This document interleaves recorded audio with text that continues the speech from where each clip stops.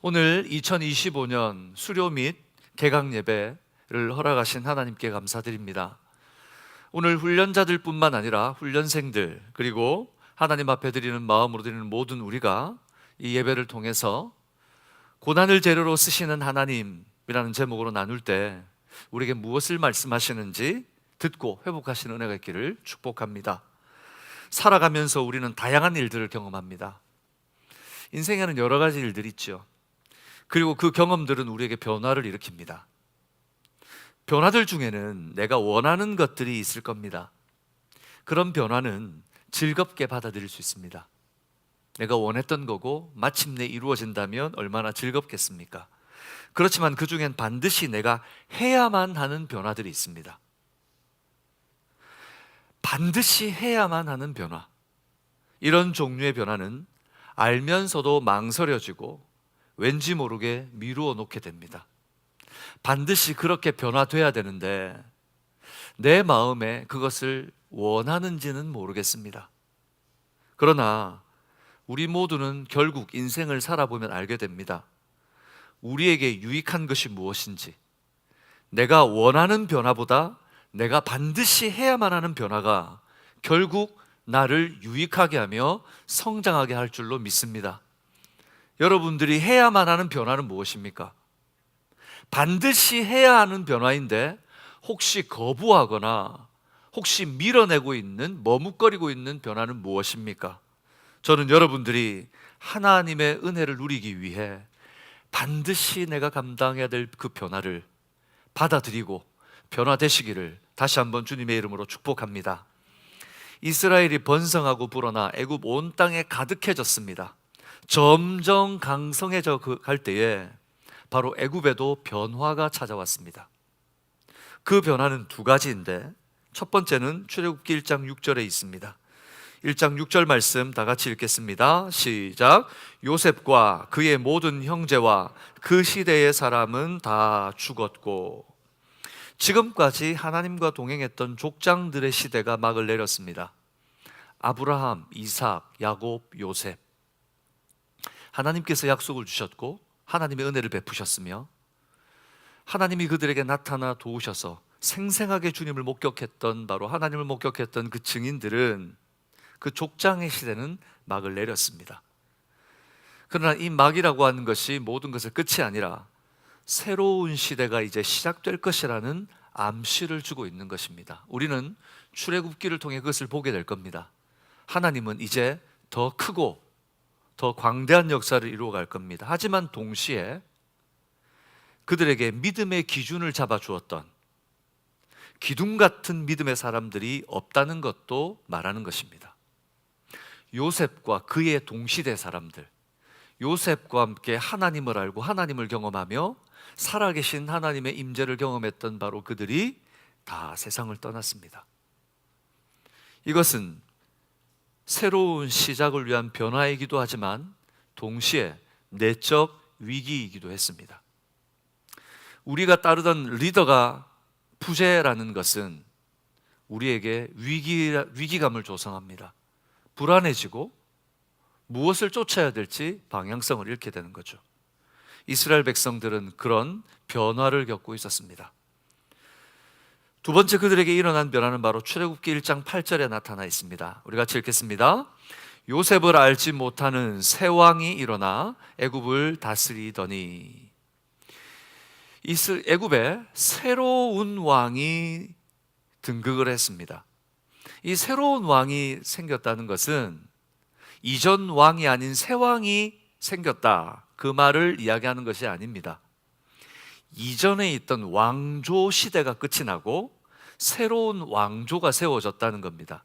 이것은 한 사람의 왕이 바뀌었다라는 것과는 다르죠. 요셉을 애굽의 총리로 세워주고 히브리인들을 포용해줬던, 받아주고 요셉을 애굽의 총리로 세웠던 애굽의 왕은 셈족 계통의 힉소스 왕조입니다. 이 왕조는 애굽의 15대에서 17대까지를 다스렸어요. 그런데 18대가 되면서 새로운 왕조, 함족 계통의 아모스 왕조가 정권을 잡습니다. 왕조가 바뀌었습니다. 이 말은 더 쉽게 무슨 말이냐? 우리나라로 따지면 김씨가 다스려던 고려를 뒤집고 바로 이씨 왕조 조선이 들어서죠. 이건 왕이 바뀐 게 아니고 뭐가 바뀐 겁니까? 왕조가 바뀐 겁니다. 왕조가 바뀐다는 것은 뭐냐면 다스리는 통치력과 통치의 기반과 모든 재반 사항들이 다 달라지는 겁니다. 이처럼 힉소스 왕조를 뒤집고 아모스 왕조가 시작된 것입니다. 그러니 당연히 아모스 왕조는 이전 왕조의 모든 흔적들을 다 지우고 싶을 겁니다. 새로운 왕조를 시작해야 되는데 앞에 있던 왕이 잘한 것들, 치세들, 그런 것들이 기억난다면 새 왕조가 해야 될 것은 빛을 발하게 될 겁니다. 그래서 아모스 왕조는 이전에 있었던 힉소스 왕조의 지역들을 지우려 합니다. 그 중에 이 이전 왕조와 함께 애굽에서 영향력이 있었던 한 사람, 바로 요셉과 요셉의 가문, 애굽의 총리였던 그 영향력 있게 애굽을 다스리고 애굽에서 하나님의 뜻을 나타냈던 히브리인들도 예외는 아니었습니다. 히브리인들을 제거하려고 합니다. 이런 외적인 변화가 일어나고 그것은 이제 이스라엘 백성들에게 고난이 시작될 것이라는 서막이었습니다. 이런 안에서 변화가 일어나고 밖에서 변화가 일어날 때 참 정신이 없습니다. 한 가지 변화만 일어나도 감당하기 힘들 경우가 많은데 이런 양방향에서 변화가 일어날 때, 특별히 좋은 변화가 아닌 위기감이 감돌고 내가 감당할 수 없는 변화가 안팎으로 일어나면 얼마나 혼란스럽고 힘들겠습니까? 이스라엘 민족은 애굽의 핍박, 강력한 억압의 시대로 접어들었습니다. 그 초대 왕이 아모스인데 아모스를 지난 이제 그 다음 아들의 왕이 바로 아멘호텝이라는 왕입니다. 아멘호텝 1세. 우리가 이제 뭐 영화에서 나오는 미라라든지 여러분들이 알고 있던 여러분들이 봤던 그런 영화들에 보면 자주 등장하는 이름들이죠. 애굽에서 가장 흔하게 듣는 이름 아멘호텝이라는 왕이 지나고 이제 첫 번째 왕인 아모스의 손자 투트모스 1세가 다스리게 됩니다. 그는 가장 가혹한 정책을 핍니다. 바로 그가 오늘 요셉을 알지 못하는 새 왕입니다. 단순하게 요셉을 알지 못하는 새 왕이 생겼다는 것은 왕이 새롭게 생겨서 새로운 것을 하면서 이스라엘 백성을 핍박하는 정도가 아니고 이전의 역사를 지우기 위해 대청소를 시작하는 겁니다. 그 중에 히브리 민족을 종의 신분으로 전락시키고 완전히 굴복시켜서 말살하려고 하는 겁니다. 출애굽기 1장 11절에 이렇게 말합니다. 같이 읽어볼까요? 감독들을 그 위에 세우고 그들에게 무거운 짐을 지워 괴롭게 하여 그들에게 바로를 위하여 국고성 비돔과 라암셋을 건축하게 하니라. 감독을 세워 무거운 짐을 이스라엘 백성에게 지웁니다. 군사시설을 건설하는 군역에 동원된다는 것은 모든 노동 중에 가장 가혹하고 힘든 노동입니다.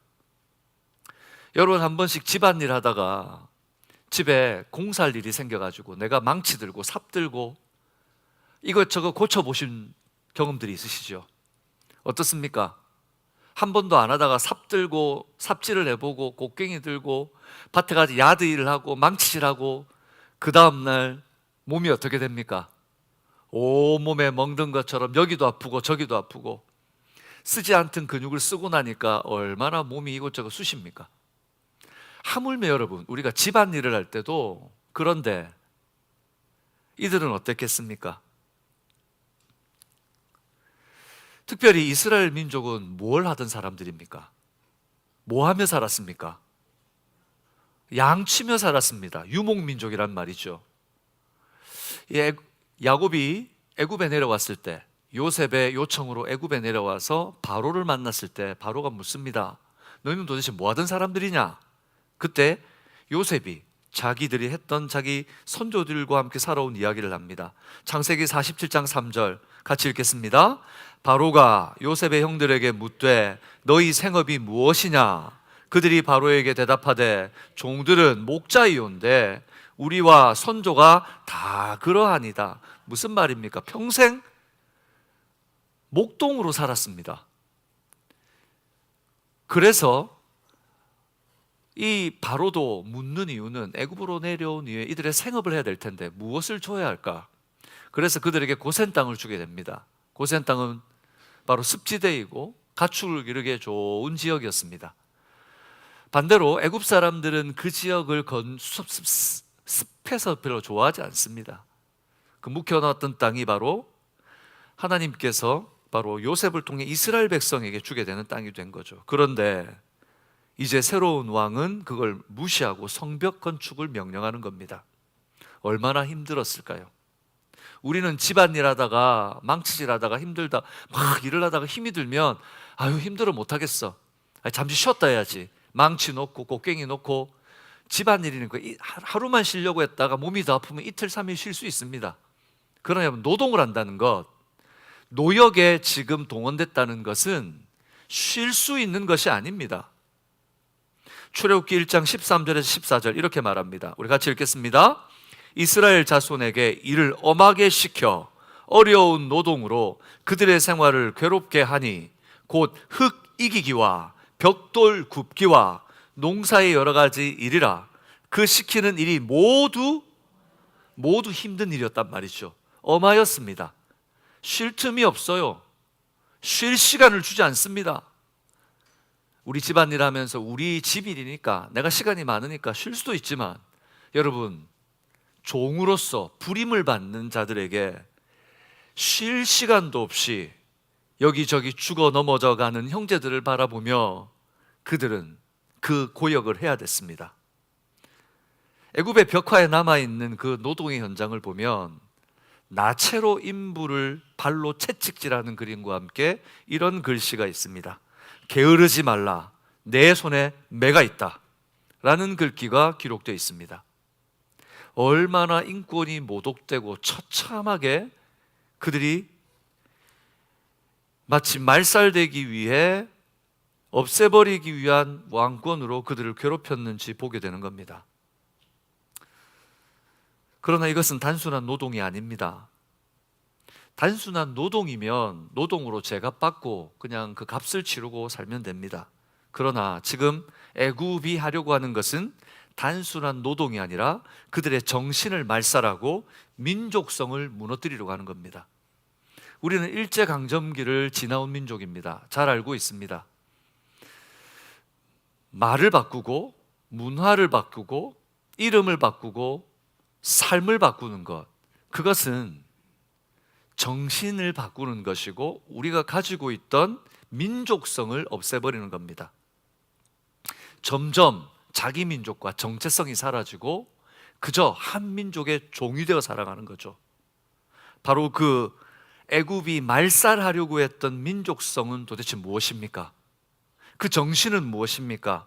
바로 여호와 신앙입니다. 하나님이 우리의 왕이시라고 하는, 하나님이 우리를 보호하신다고 하는 여호와 신앙을 노동과 많은 일들과 고됨 속에 빠뜨려서는 그런 생각조차 하지 못하도록 애굽은 모든 것을 빼앗으려고 했습니다. 너희가 믿는 여호와가 도대체 너희에게 무엇을 해줄 수 있느냐? 지금 여호와가 살아있다면 너희에게 이같이 하겠느냐? 결국 너희가 먹고 공급받는 것은 다 누가 주는 것이냐? 너희가 믿는 그 여호와란 신이 주는 것이냐? 우리 태양신 라께서 주시는 것이냐? 너희의 풍요는 누가 주는 것이냐? 나일강의 신 히피가 주는 것이 아니냐? 바로 그렇게 그들의 정신과 신앙을 바꾸고 있는 겁니다. 그림을 한번 보겠습니다. 이집트의 신들입니다. 하늘로부터 땅까지 이집트의 정신세계, 이집트의 모든 세계관은 신들로 가득 차 있습니다. 당시의 세계는 신탁 세계입니다. 신탁에 의존해서 다스리는 세대입니다. 지금은 무엇이 다스리는 세대입니까? 물질과 과학입니다. 돈이면 다 되고 과학 문명이면 유토피아를 꿈꿀 수 있다는 것이 이 세상의 시대 정신 아닙니까? 그런데 고대 시대의 시대 정신은 신이었습니다. 신은 곧 나이고 나는 곧 신입니다. 신탁을 받아 왕이 되고 왕이 다스리면 그 왕이 다스리는 나라는 신의 나라가 되는 거죠. 그래서 고대 세계가 내가 무엇을 섬기는 것은 바로 그 자신이 누군가를 나타내는 겁니다. 그러니 애굽이 여호와 하나님의 백성을 핍박하는 것은 단순하게 노동을 시키고 그들에게 힘듦을 주는 것이 아니라 하나님의 백성들의 주인을 바꿔치게 하려는 겁니다. 사랑하는 여러분, 지금도 세상은 우리에게 주인을 바꿔치게 하려고 합니다. 얼마나 바쁘십니까? 세상에서 얼마나 고되십니까? 정신이 없죠? 주님 앞에 말씀을 붙들고 기도해야 되는데 너무 바쁘죠? 아침에 일어나서 일하러 가야 되고 저녁에 돌아오면 피곤해서 잠자리에 들어야 되고 이런저러한 세상의 방향과 세상의 기조는 우리를 하나님께 집중하지 못하도록 온 정신을 다 빼앗아 버립니다. 여러분, 우리는 그렇게 살아가면서 그렇게 얘기하죠. 세상이 그렇게 바꿔가고 세상이 그렇게 진행이 되니까 어쩔 수 없잖아요. 그렇게 점점 세상은 하나님을 우리 안에서 바꿔치게 해갑니다. 이스라엘 백성을 종으로 삼고 핍박하는 애굽에 대해 하나님은 어떻게 평가하실까요? 우리가 왜 훈련을 해야 됩니까? 우리가 왜 말씀을 붙들어야 됩니까? 바로 그런 세상 속에서 하나님의 말씀으로 우리를 지켜낼 때에 우리가 그렇게 바라던 그 영광스러운 새 나라와 새 땅을 하나님께서 우리에게 상속하여 주실 것이기 때문입니다. 주여 주여 하는 자가 하나님의 나라에 이룰 것이 아니라 하나님의 뜻대로 행하는 자라야 하나님의 나라에 이르리라 말씀하셨습니다. 믿으십니까? 그렇다면 여러분, 우리는 무엇을 붙들고 어떻게 살아야 되겠습니까?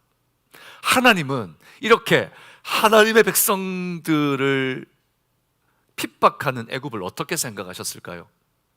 세상의 역사 속에서 애굽은 위대한 나라였습니다. 그 당시에 그런 문화 속에, 그 시대 속에 힘으로 세상에서 왕권을 차지하고 권력을 쟁취한다는 것, 땅을 넓혀간다는 것은 그냥 일반적인 것이었습니다. 그러니까 하나님은 애굽을 보시면서 그 모든 나라 중에 그냥 그저 한 나라로 생각하셨을까요? 사무엘하 7장 23절에 보면 다윗이 이렇게 하나님 앞에 고백합니다. 23절 같이 읽겠습니다. 땅에 어느 한 나라가 주의 백성 이스라엘과 같으리이까? 하나님이 가서 구속하사 자기 백성으로 삼아 주의 명성을 내시며 그들을 위하여 큰 일을, 주의 땅을 위하여 두려운 일을 애굽과 많은 나라들과 그의 신들에게서 구속하신, 뭐라고 얘기하십니까? 하나님은 애굽과 많은 나라의 신들에게서 이스라엘 백성들을 구속했대요.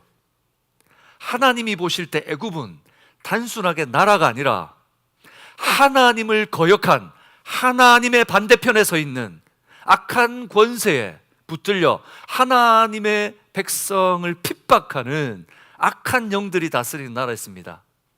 그리고 유다서 1장 5절에도 이렇게 말합니다. 같이 읽어볼까요?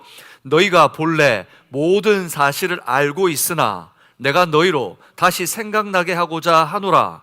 주께서 백성을 애굽에서 구원하여 내시고, 하나님께서 하나님의 백성을 어디에서 구원내셨습니까? 애굽에서. 이것은 구원받은 백성이 죄로부터 구원받는 모습을 비유하여 말씀한 겁니다. 그러니 애굽은 구원을 방해하며 하나님의 구속을 방해하는 영적인 세력으로 하나님의 말씀으로 말씀하고 있는 것이죠. 이렇게 하나님을 대적하는 악한 세력의 목적은 무엇입니까?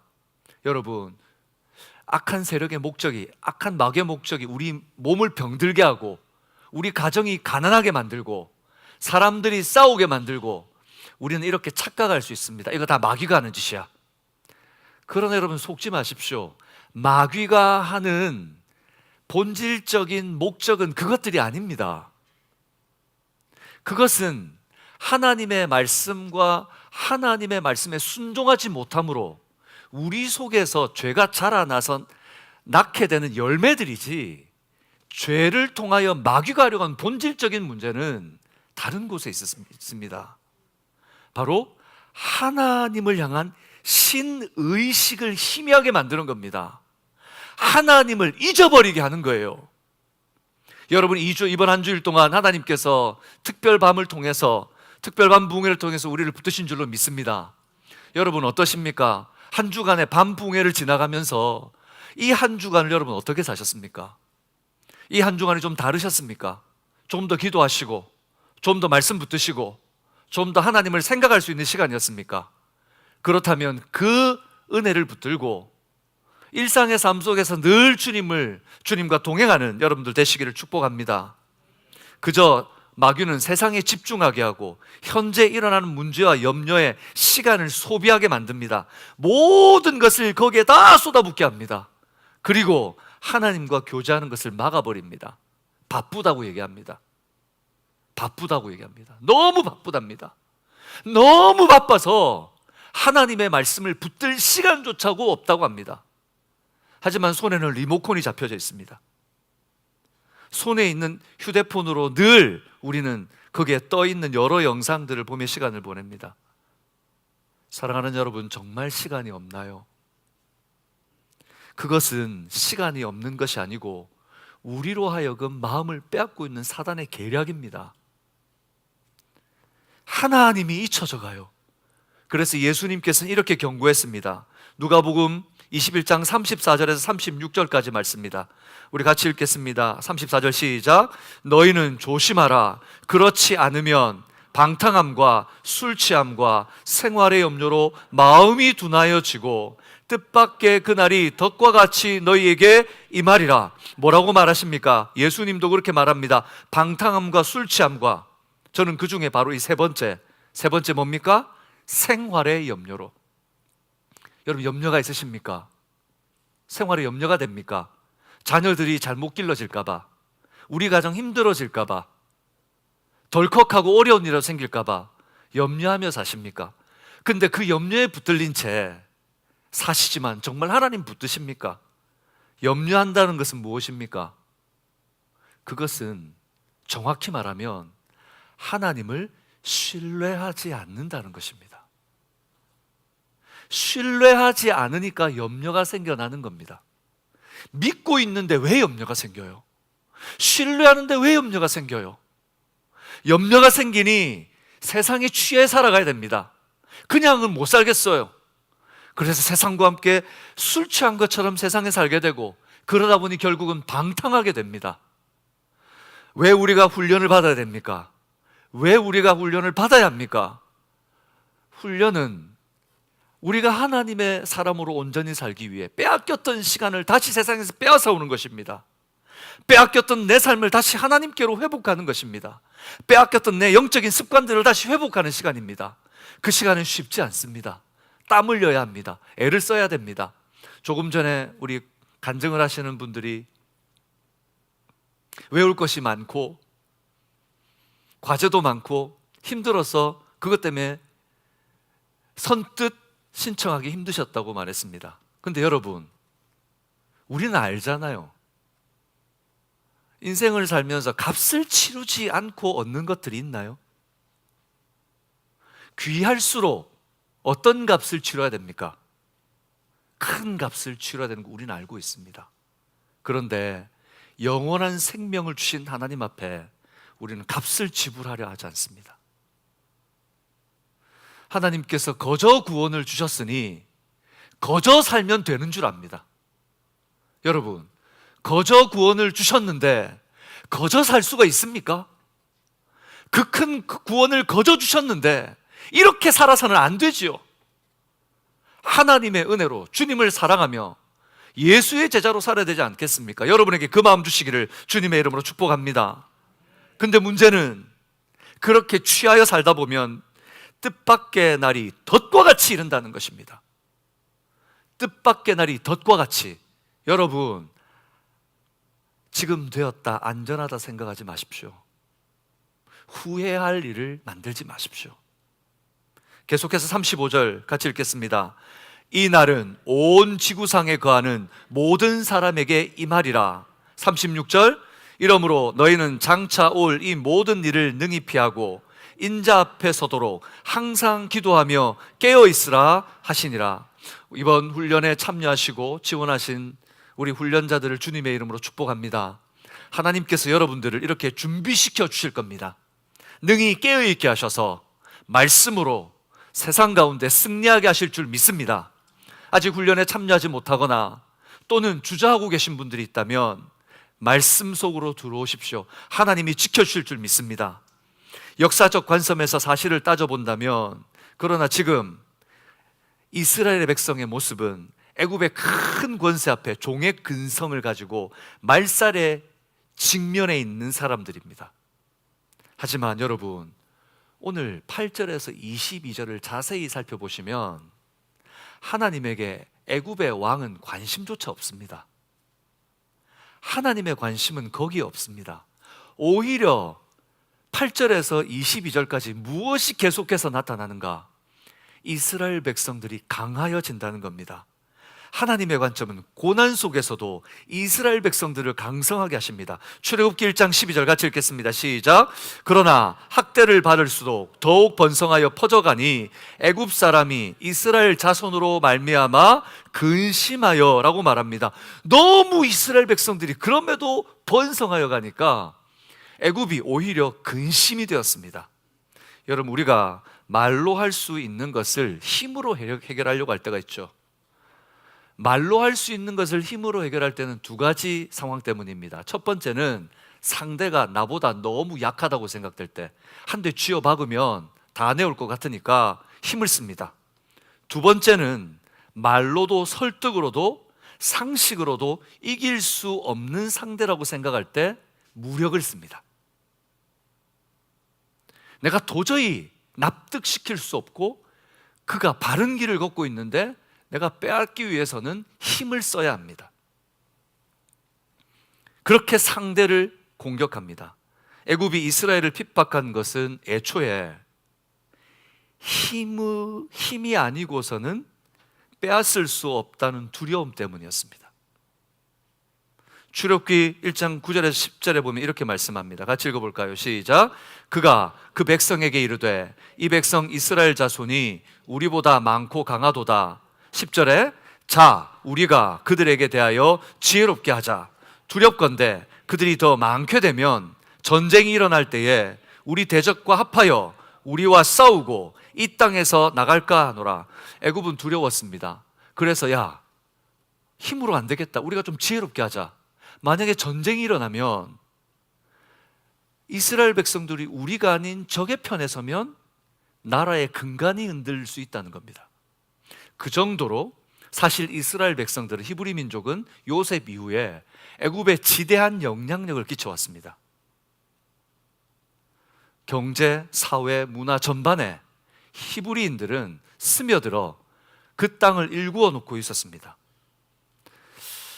그래서 하나님은 오히려 바로 이 고난의 시간을 자기 백성을 연단하는 재료로 사용하십니다. 그리고 연단은 후에 이스라엘 백성들이 광야의 혹독한 힘을 이겨낼 수 있는 힘이 됩니다. 여러분, 훈련을 받는다는 것은 힘듭니다.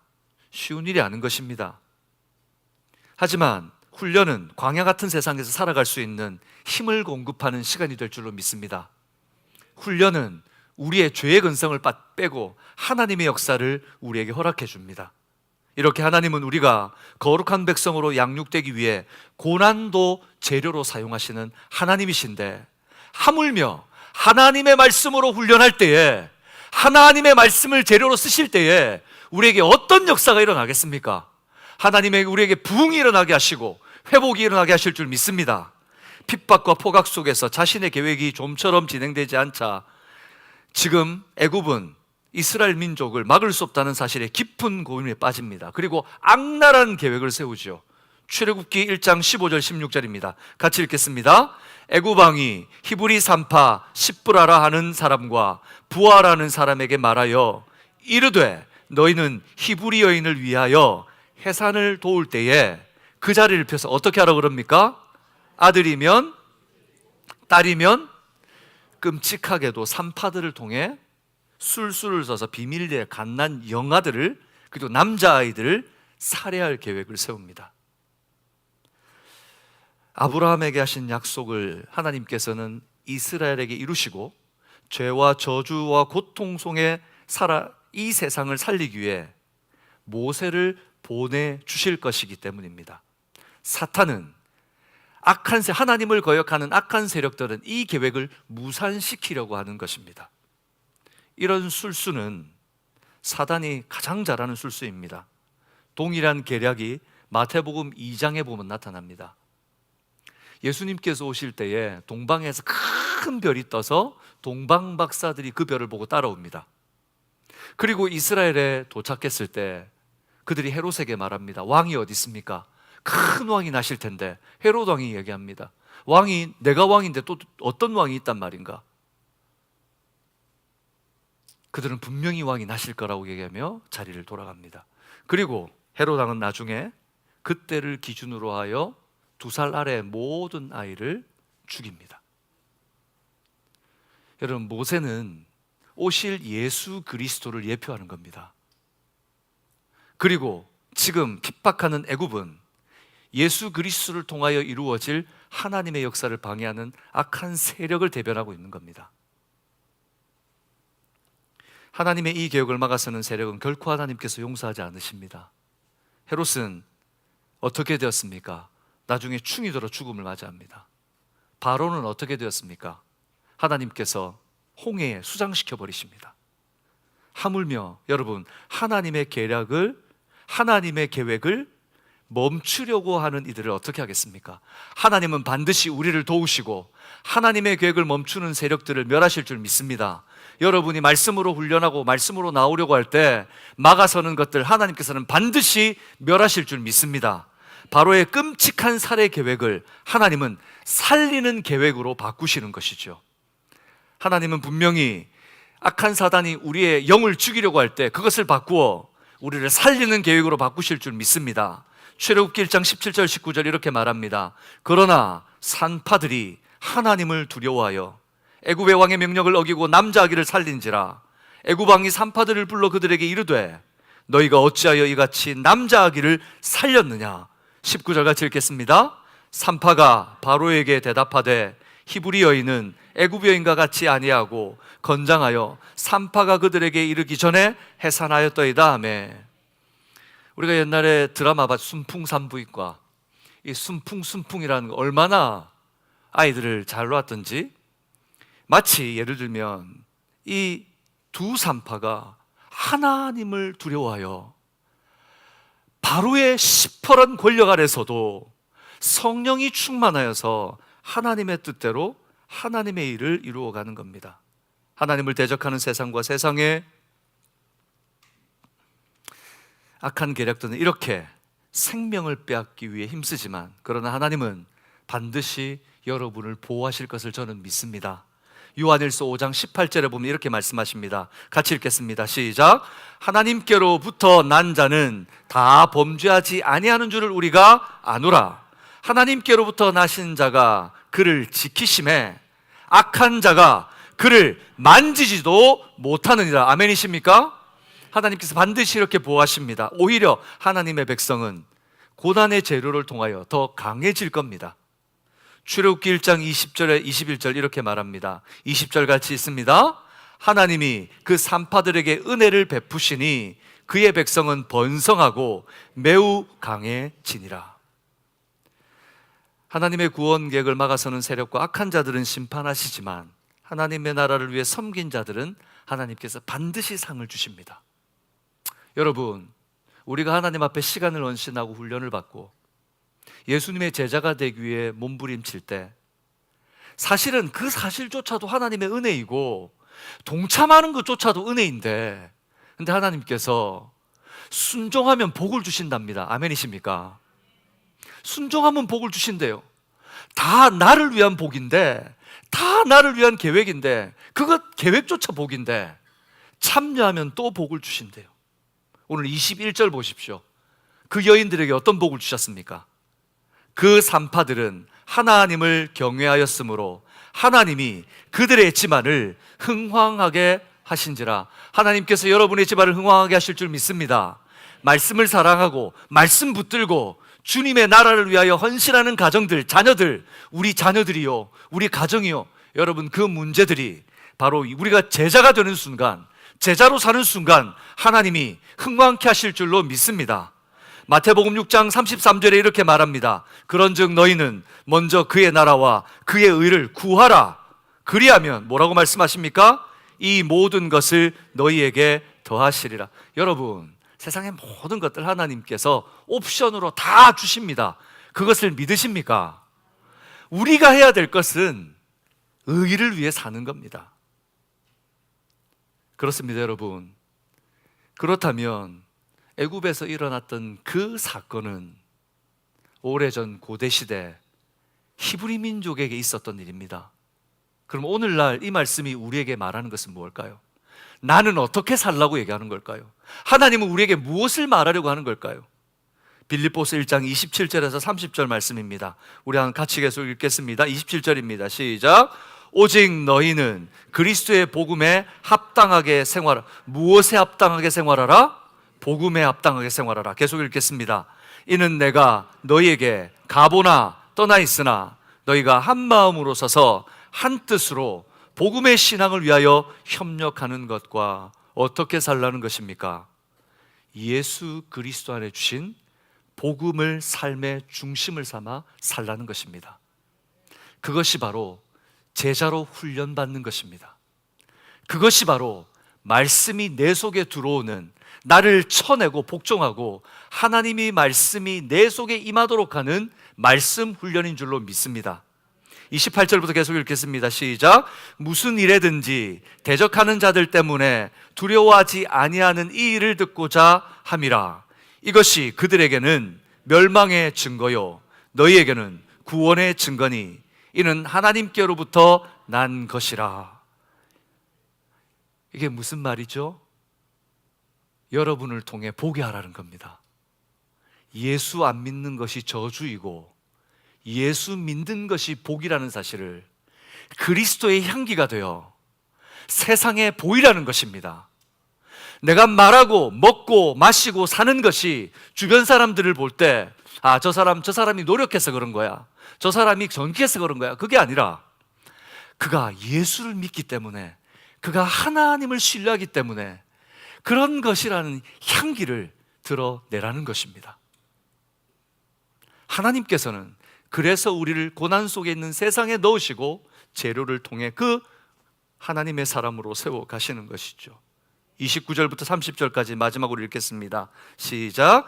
그리스도를 위하여 너희에게 은혜를 주신 것은 다만 그를 믿을 뿐 아니라 또한 그를 위하여 고난도 받게 하려 하심이라. 30절에 보니까 너희에게도 그와 같은 싸움이 있으니 라고 말합니다. 너희가 고난받고 있지? 그래, 그 고난은 너에게 믿음을 주셨다면 당연히 너희가 받아야 되는 고난이야. 여러분, 예수님 믿으십니까? 예수님이 여러분의 구원을 책임지시고 여러분의 모든 것을 하시고 모든 것을 해결하실 수 있는 하나님이신 것을 믿으십니까? 그렇다면 고난 앞에 정면으로 설 수 있는 그리스도의 사람들 되시기 바랍니다. 고난은 하나님이 재료로 사용하셔서 우리를 완전하게 하시는 방편입니다. 말씀을 맺겠습니다. 우리는 오늘도 고난의 세상을 살아갑니다. 애굽의 백성들이 고난 앞에서, 고초 앞에서 마치 말살될 것처럼 보였지만 하나님은 그 상황 속에서도 그 고난을 하나님의 백성들을 성숙하게 하는 재료로 사용하십니다. 여러분도 고난이 있습니까? 어려움이 있습니까? 그런데 혹시 그 고난 가운데 하나님께 맡겨드리고 하나님과 동행하며 고난을 받아들이십니까? 아니면 그냥 이거 어떻게 해결하자며 염려하며 살고 계십니까? 주와 함께 주님께서 우리가 하나님의 자녀로 온전케 하기 위해 고난을 재료로 쓰신다는 사실을 믿음으로 받으시는 여러분들 되시기를 축복합니다. 그러므로 고난 앞에 두려워하지 말고 고난을 다루시는 하나님을 신뢰하는 마음으로 나를 드리십시오. 이번 훈련을 통하여 나를 들으시는 여러분, 여러분의 삶을 통해 하나님께서 아름답고 영광스러운 일을 하실 줄로 믿습니다. 그리고 여기 모인 우리 방주의 성도님들, 하나님께서 여러분의 삶을 맡기시면 고난 중에서도 주님 끝까지 붙들고 믿음으로 신뢰할 때 하나님은 반드시 나를 영광스럽게 세우실 것을 저는 믿습니다. 그런 이번 한 주간도 세상에 지지 마시고 믿음으로 승리하시는 여러분 되시기를 축복합니다.